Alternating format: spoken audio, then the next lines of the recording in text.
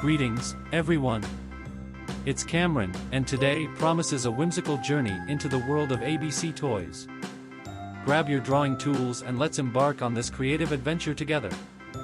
We begin with the graceful letter A, followed by the charming curves of B.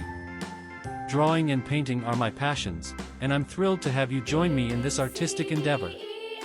As the canvas unfolds, the letter C takes shape, forming the wings of a delightful airplane, a playful nod to the magic of flight. A for airplane, a connection that adds a touch of wonder to our artwork. Now, let's bring to life an array of toys, each beginning with the letters A, B, and C. Enter the adorable bear, embodying the spirit of B. Can you spot the letters that define your favorite toys? It's a delightful exercise in creative expression. Moving along, let's sketch the letter C into the form of a lively car. Do you have fond memories of playing with your cherished toys?